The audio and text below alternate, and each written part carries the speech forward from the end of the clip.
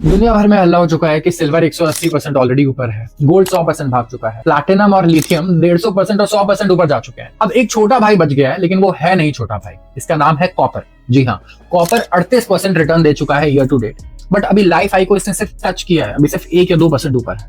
अब लोग expectations similar रख रहे हैं, लोग कह रहे हैं ये वही स्टोरी है जो सिल्वर की स्टोरी थी, लिथियम की स्टोरी थी, electric vehicles, green energy, data centre, और ये भी यहाँ से 250% और 300% जा सकता है ऊपर। लेकिन हमें लगता है कि स्टोरी अलग है, और रियल स्टोरी अगर आप जानना चाहते हैं तो इस वीडियो को एंड तक देखिए। मैं डिस्कस करूंगा सिर्फ इंपॉर्टेंट चीज है, मतलब कि कॉपर के प्राइस टारगेट्स, क्या इसका सप्लाई डिमांड मैच कर पाएगा और आगे डिमांड कितनी बढ़ने वाली है। तो इन 3 सवालों के आपको जवाब मिलेंगे विद डेटा, तो एक भी सेकंड वीडियो का आप मिस मत कीजिएगा। तो स्टार्ट करते हैं कॉपर की रियल स्टोरी।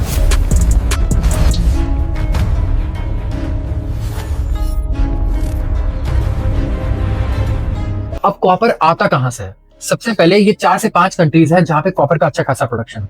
चिली से 25% कॉपर आता है। इसके अलावा पेरू से अगर आप देखेंगे तो 12%, DR Congo, democratic republic of Congo से 10 से 12% प्रोडक्शन आ रहा है, इंडोनेशिया से 3 से 4% और वेनेजुएला से करेंटली 1 से भी कम परसेंट कॉपर यहाँ पे प्रोड्यूस हो रहा है। अब जितनी भी ये जगह है, यहाँ पर एक चीज बड़ी कॉमन है, और वो है क्लाइमेट चेंज और पॉलिटिकल रिस्क। यहाँ पर ज्यादातर जगहों पर पॉलिटिकल इंस्टेबिलिटी बहुत ज्यादा है, स्पेसिफिकली अफ्रीका और साउथ अमेरिकन कंट्रीज में। इसके अलावा अगर आप देखोगे तो यहाँ पे बाढ़, फ्लड और वेदर से रिलेटेड जो प्रॉब्लम्स है बहुत ज्यादा है, जिसकी वजह से कॉपर के माइंस में पूरा फुल आउटपुट नहीं चल रहा है, फुल कैपेसिटी से काम नहीं हो पा रहा है। अब ये एक रीजन है, जैसे मैं कह सकता हूँ कि सप्लाई साइड पे थोड़ा प्रॉब्लम है, लेकिन एक्चुअली सप्लाई इतना बड़ा प्रॉब्लम नहीं है, क्योंकि सिल्वर में हमने पढ़ा था कि हमें सिल्वर डायरेक्टली हमें नहीं मिलता। सिल्वर को प्रोड्यूस करने के लिए आपको जिंक को प्रोड्यूस करना होगा, कॉपर को प्रोड्यूस करना होगा, एल्यूमिनियम को करना होगा, तब जाके उसका बाई प्रोडक्ट होगा, वो होगा सिल्वर।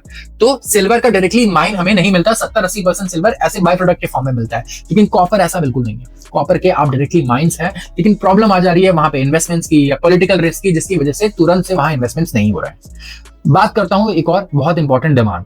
अब एक इलेक्ट्रिक कार में 80 to 85 kilogram copper wire use होता है, जो पहले एक पेट्रोल या डीजल की कार आप लेते थे जिसमें सिर्फ 20 से 25 किलोग्राम कॉपर यूज हो रहा था। तो यहाँ पे सबसे पहले तो कार में ही यूजेज कितना हो चुका है, 3 से 4 गुना, और आगे 2030-40 तक पूरी दुनिया में इंक्लूडिंग इंडिया टारगेट है कि 100% फ्लीट जो होगी वो इलेक्ट्रिक होगी, पेट्रोल डीजल कार को ही खत्म कर देंगे। तो आप सोच सकते हो कितना बड़ा डिमांड तो सिर्फ ईवी से आएगा। इसके अलावा एआई डेटा सेंटर्स कह रहे हैं कि 1 से 1.5 lakh metric ton extra copper required होगा एआई डेटा सेंटर्स के लिए 2030 तक।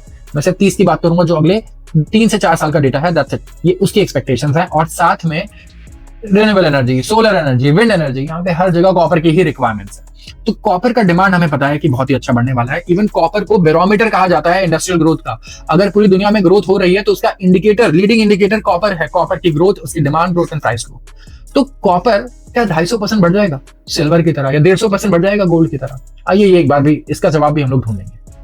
इस टाइम पे अगर मैं सप्लाई की बात करूं तो यूएस ने 8.5 लाख मेट्रिक टन कॉपर को लॉक इन कर लिया है अपने पास। लॉक इन का मतलब क्या है कि उन्होंने वो सप्लाई अपने पास सिक्योर कर ली है, और अब वो उसे मेन सप्लाई में नहीं आने दे रहे। तो इसका रीजन बहुत बड़ा है। देखिए, वो एक्सपेक्ट कर रहे हैं कि उन्हें 100% यकीन है कि जो उनके प्रेसिडेंट है डोनाल्ड ट्रंप, ये कुछ ना कुछ ऐसे टैरिफ्स लगाएंगे जिसकी वजह से कॉपर को इंपोर्ट करना बड़ा महंगा हो जाएगा। तो इसे पहले इंपोर्ट करके आप स्टोर करके रखो। दूसरी चीज, उन्हें लगता है कि ये और जियोपॉलिटिकल इंस्टेबिलिटी लेकर आएंगे, डोनाल्ड ट्रंप हो या चाहे पुतिन हो। इसकी वजह से क्या होगा, फिर से तो कमोडिटी महंगा हो जाएगा, क्योंकि जब जियोपॉलिटिकल रिस्क बढ़ता है तो डॉलर का दाम बढ़ जाता है, और डॉलर के दाम बढ़ने से क्या होता है, कॉपर जैसे दूसरी कमोडिटीज है वो महंगे हो जाते हैं और उनकी डिमांड कम हो जाती है।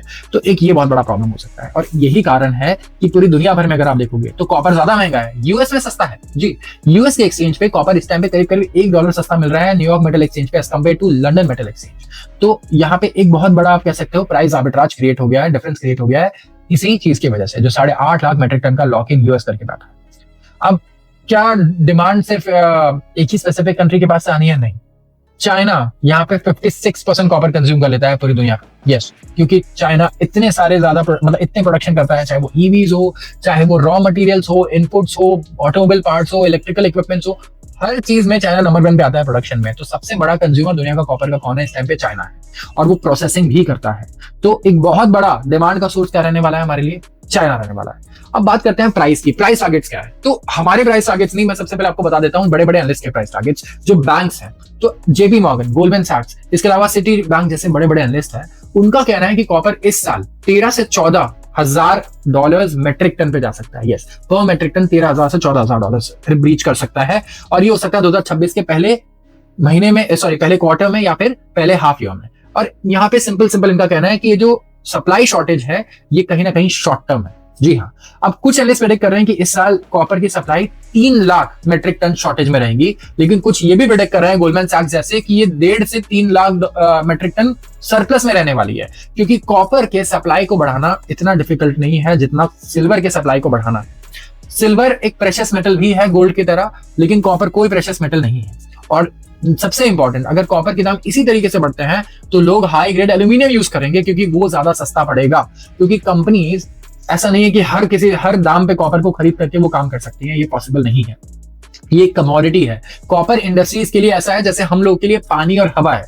अगर ये बहुत ज्यादा एक्सपेंसिव हो जाएगा तो हम सर्वाइव नहीं कर पाएंगे, वैसे ही इंडस्ट्री सर्वाइव नहीं कर सकती। तो सबसे इंपॉर्टेंट जो बॉटम लाइन है इस वीडियो का, कि कॉपर सिल्वर नहीं है, कॉपर गोल्ड नहीं है, और ना ही ये लिथियम और प्लैटिनम है, ये प्रेशियस भी नहीं है इतना। तो आप इसमें 250% और 300% की मूवमेंट मत एक्सपेक्ट कीजिए। नंबर 1, इतनी बड़ी मूवमेंट इसमें नहीं आ सकती है। तीसरा, कई बार आप इन्वेस्टमेंट कॉमन सेंस के बेसिस पे करते हैं कि गोल्ड बढ़ गया 250% 3-4 सालों में, सिल्वर बढ़ चुका है एक साल में 180%, तो अब कॉपर क्योंकि 38% बढ़ा है तो ये यहाँ से 100%, 200, 300% ऊपर चला जाएगा। इतना भी सिंपल नहीं होता इन्वेस्ट करना या फिर ट्रेड करना। और ज्यादातर लोग इसमें इन्वेस्ट नहीं करना चाहते, वो सिर्फ ट्रेडिंग के लिए आना चाहते हैं। फैक्ट ये है, वो सिर्फ 20, 30, 40 से 50, 100% कमाना चाहते हैं शॉर्ट टर्म में। तो आपको यहाँ स्टॉप लॉस के साथ ट्रेड करना होगा, और ये एक इन्वेस्टमेंट नहीं है, ये प्योर ट्रेड बेसिस पे ही लोग इसमें एंट्री ले रहे हैं। तो आपको मेंटली ये मान के चलना होगा कि आप एक ट्रेड ले रहे हैं, ना कि आप कॉपर में इन्वेस्ट कर रहे हैं। अब बात करता हूं इंस्ट्रूमेंट्स की, तो इंडिया में ऐसा एक भी इंस्ट्रूमेंट नहीं है जिससे आप कॉपर में इन्वेस्ट कर सकते हो, एक्सेप्ट आप कोई कंपनी ले सकते हो जो कॉपर प्रोड्यूस कर रही है। जैसे कि इंडिया में हिंदुस्तान कॉपर है फॉर एग्जांपल, जो ऑलरेडी अच्छे वैल्यूएशन पे ट्रेड कर रही है, क्योंकि सबके पास एक ही ऑल्टरनेटिव था, अगर कॉपर में पैसा कमाना है तो हिंदुस्तान कॉपर में पैसा लगा दिया। अब वो कंपनी काफी प्रीमियम पे ट्रेड करने लग गई। दूसरा तरीका है कमोडिटी MCX। अगर आप कमोडिटी एक्सचेंज में ट्रेड करना चाहते हैं तो आप कॉपर में ट्रेड करना चाहते हैं कर सकते हैं फ्यूचर्स के थ्रू। इसके फ्यूचर्स ट्रेड करते हैं और इसमें 1250 का लॉट साइज होता है। तो इसके ऊपर एक पूरी अगर फुल एक्सटेंसिव रिसर्च रिपोर्ट है जिसे आप पढ़ना चाहते हैं और समझना चाहते हैं, तो कमेंट सेक्शन में हमने पिन किया एक लिंक, आप उस पर क्लिक कीजिए, आपको एक पूरी रिसर्च रिपोर्ट मिल जाएगी। लेकिन कॉपर में आप 20 से 30% का अपसाइड लीजिए, या ज्यादा से ज्यादा 40% तक का आप अपसाइड मान के काम कर सकते हैं।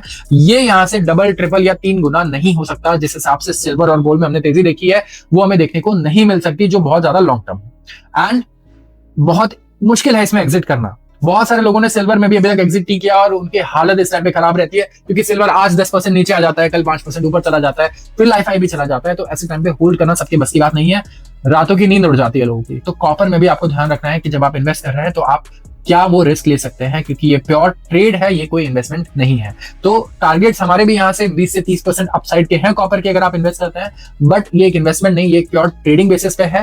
एंड इसका तरीका सिर्फ MCX के थ्रू ट्रेड करने का है। तो अगर आपको जानकारी चाहिए इसे कैसे ट्रेड करना है, कैपिटलाइज करना है, तो कमेंट सेक्शन में जो लिंक दिया है आपको उस पर क्लिक करना होगा और आपको सारी जानकारी मिल जाएगी विदाउट एनी कॉस्ट।